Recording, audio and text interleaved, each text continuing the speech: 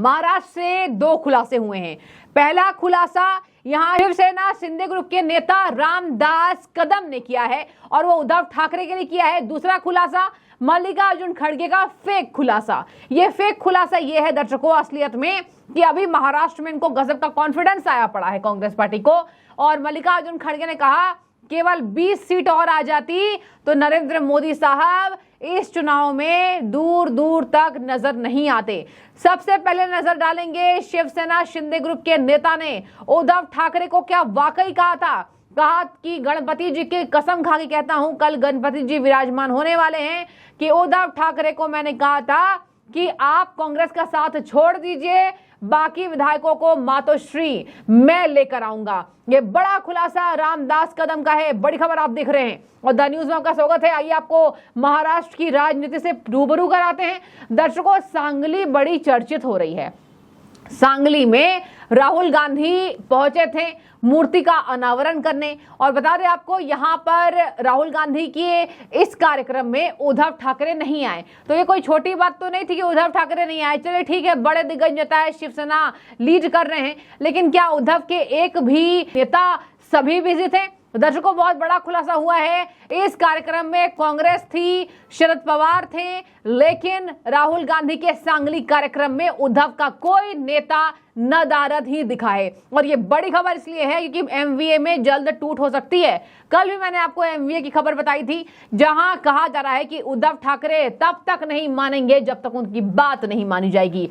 मुख्यमंत्री पद को लेकर भयंकर आपसी खींचतान, ये भीतर की लड़ाई है जो मीडिया में जानबूझकर कांग्रेस पार्टी बाहर नहीं आने दे रही है।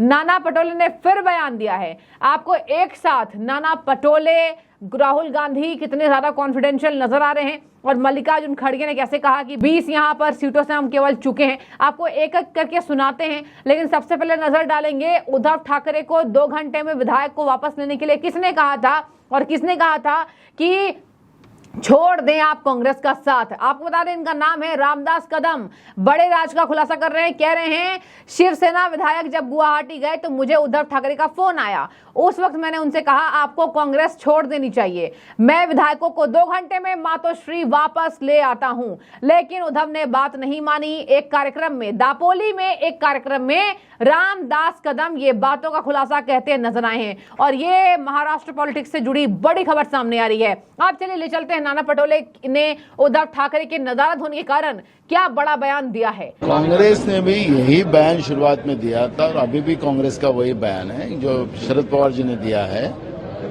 और महाविकास आघाड़ी करके ही हम लोग सब लोग सामने जाएंगे। और महाराष्ट्र में आज जरूरत है मुख्यमंत्री की कुर्सी का लड़ाई नहीं है, आज जनता का अधिकार की लड़ाई, यही सबसे बड़ा महत्व का है। जो लोग शिवाजी महाराज के नाम से भी भ्रष्टाचार कर सकते हैं, उनकी प्रतिमा मलिन कर सकते हैं, शिव फुले अम्बेडकर विचारधारा को खत्म करना चाहते, ऐसे लोगों से महाराष्ट्र बचाना, यही हमारा सबका धर्म है, और उसी आधार पर हम लोग सब आगे जाएंगे। सांगली में उद्धव ठाकरे नहीं आए, उसको लेके बाकी क्या कहना चाहते हैं? कुछ नहीं, वो तो ऑलरेडी हम लोगों की बात हुई थी, उनके कुछ पर्सनल काम थे इसलिए नहीं आए। 60 साल में उन्होंने आपसे कभी माफी नहीं मांगी। क्यों नहीं मांगी? क्योंकि जरूरत नहीं पड़ी। यह सच्चाई है। माफी वही मांगता है जो गलत काम करता है। जिसने गलती ही नहीं की उसको माफी किस चीज की मांगनी? यहां कुछ ही दिन पहले शिवाजी महाराज की मूर्ति बनाई गई, और मैंने अखबार में पढ़ा कि प्रधानमंत्री ने कहा मैं शिवाजी महाराज से माफी मांगता हूं। अब मैं ये समझना चाहता हूं प्रधानमंत्री जी ने किस कारण माफी मांगी? अलग अलग कारण हो सकते हैं। पहला कारण हो सकता है कि ये जो मूर्ति थी इसका कॉन्ट्रैक्ट आरएसएस के एक व्यक्ति को दी गई। पहला कारण यह हो सकता है। शायद प्रधानमंत्री जी कह रहे हैं कि नहीं, मैंने गलती की, मुझे ये कॉन्ट्रैक्ट आरएसएस के व्यक्ति को नहीं देनी थी, ये मुझे कॉन्ट्रैक्ट मेरिट पे देना था, शायद वो गलती हो सकती है। दूसरी गलती हो सकती है कि मूर्ति के बनने में भ्रष्टाचार हुआ, चोरी हुई, शायद प्रधानमंत्री इसके लिए माफी मांग रहे हैं कि मैंने जिसको कॉन्ट्रैक्ट दिलवाया उसने भ्रष्टाचार किया, महाराष्ट्र के लोगों से चोरी की। तो देखिए, महाराष्ट्र में आपने सुन लिया सबके बयान। वहां अलग अलग कार्यक्रम में अलग अलग पार्टी के नेता पहुंच रहे हैं। महाराष्ट्र में चुनावों की घोषणा नहीं हुई है, गणेश चतुर्थी का उत्सव है और ये महा उत्सव महाराष्ट्र में बड़े जोरों शोरों से मनाया जाता है।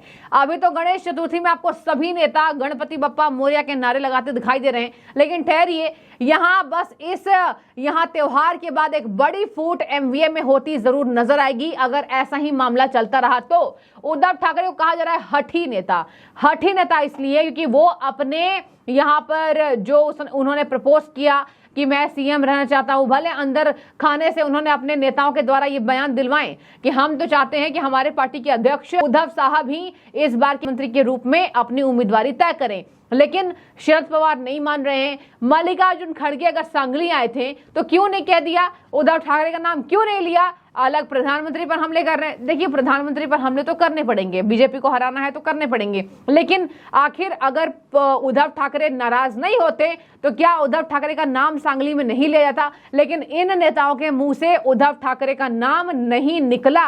और बता दें आपको, राहुल गांधी की सभा में उद्धव का ना आना ये बहुत बड़ा सियासी मैसेज है, ये एक पॉलिटिकल मैसेज ये है राहुल गांधी को कि तुम भी कम नहीं तो हम भी सवा शेर, और तुम शेर हो तो हम सवा शेर हैं। और यही वजह है कि राहुल गांधी अभी थोड़े बहुत अपने हट में कहीं ना कहीं उनको लग रहा है कि मैंने अपनी सीटें ज्यादा जिताई हैं, अभी मैंने प्रधानमंत्री को चुनौती दी है तो मैं किसी की बात नहीं सुनूंगा। और कल ही संजय राउत का बयान आया था कि नहीं, गुस्साए हुए नहीं हैं, तमाम बातें संजय राउत ने कही थी। लेकिन इस बातों से साफ झलक रहा है कि उद्धव ठाकरे का ना जाना यह दिखा रहा है कि अगर मुख्यमंत्री पद को लेकर इन दोनों ने, मतलब शरद पवार ग्रुप और कांग्रेस पार्टी ने महाराष्ट्र में रुख नहीं किया साफ, तो उद्धव ठाकरे लास्ट मोमेंट पर पार्टी बदलते नजर आ सकते हैं, छोड़ देंगे दामन। हालांकि उद्धव ठाकरे को भी इतना आसान नहीं है दामन छोड़ना, क्योंकि आपको बता दें यहाँ उद्धव ठाकरे कहीं के नहीं रहे हैं। उद्धव ठाकरे अपने दम पर महाराष्ट्र में राजनीति नहीं कर सकते हैं। भाई एक थे, भाई के साथ भी भयंकर लड़ाई चल रही है, इतने लड़ाई की गाड़ी में यहाँ गोबर फेंके जा रहे हैं, गाड़ी में तोड़फोड़ की जा रही है। राज ठाकरे तो अभी उद्धव ठाकरे के लिए सबसे बड़े दुश्मन महाराष्ट्र में बने हुए हैं। आपको बता दें, राहुल गांधी महाराष्ट्र में पहुंचकर मोदी से कह रहे हैं आप माफी मांगिए। एक बात और मैं आपको बताती जाऊं, बहुत इंटरेस्टिंग है, यहाँ पर छत्रपति शिवाजी के विचारधारा को कांग्रेस पार्टी ने बड़े बेशर्मी से अपने विचारधारा से जोड़ लिया है। जी हाँ, और खड़गे ने सांगली के कार्यक्रम में कहा हमारे विचारधारा जो है वो छत्रपति शिवाजी के विचारधारा से मैच करती है, और छत्रपति शिवाजी का अपमान पीएम मोदी ने किया, पीएम मोदी का भ्रष्टाचार सामने आया। एक और बात मैं आपको बता चलूं, राहुल गांधी का सांगली में बड़े कार्यक्रम में बड़ा बयान आया है, कह रहे हैं आज प्रधानमंत्री नरेंद्र मोदी पालघर में माफी मांग रहे हैं, महाराष्ट्र की एक एक जनता से उनको माफी मांगनी चाहिए। राहुल गांधी को जनता ने घेरा, वीर सावरकर के मुद्दे में जनाब क्यों चुप थे, आपने माफी मांगी, महाराष्ट्र में आकर आपने वीर सावरकर जी का अपमान किया, क्या आपने माफी मांगी? और बता दें आपको, ये वही वीर सावरकर है जिसमें उद्धव ठाकरे ने इंटरेस्ट लिया था और कहा था राहुल गांधी को ऐसे बयान नहीं देने चाहिए थे।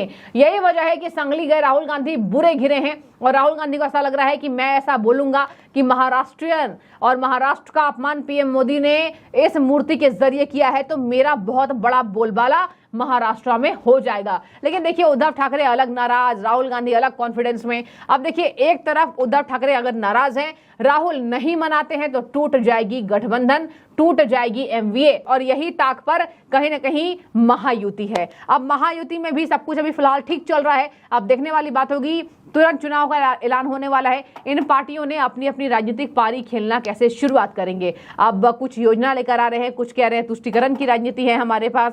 अब देखिए कौन होता है महाराष्ट्र में, किसका उदय होता है, क्योंकि इस बार महाराष्ट्र में वाकई फाइट टफ है, बहुत ज्यादा इजी बीजेपी के लिए भी नहीं है, बहुत ज्यादा इजी उद्धव ठाकरे के लिए भी नहीं है, और बाकी सहयोगियों के लिए तो बिल्कुल इजी नहीं है। अब देखिए किसके पताखे इस बार महाराष्ट्र में लहराते हैं। आपकी क्या राय है? आपको भी क्या लगता है कि उद्धव ठाकरे को अब एमवीए छोड़ देनी चाहिए, इज्जत नहीं मिल रही है? तो कमेंट में हाँ या ना लिखिए, और आप जिस तरीके से अपनी राय रखेंगे हम जरूर उसको पढ़कर अगली खबर में आपको रूबरू कराएंगे कि कितने लोगों ने उद्धव ठाकरे के मत में अपनी राय रखी, कितने लोगों ने महायुति के मत में अपनी राय रखी है। बहुत शुक्रिया आपका।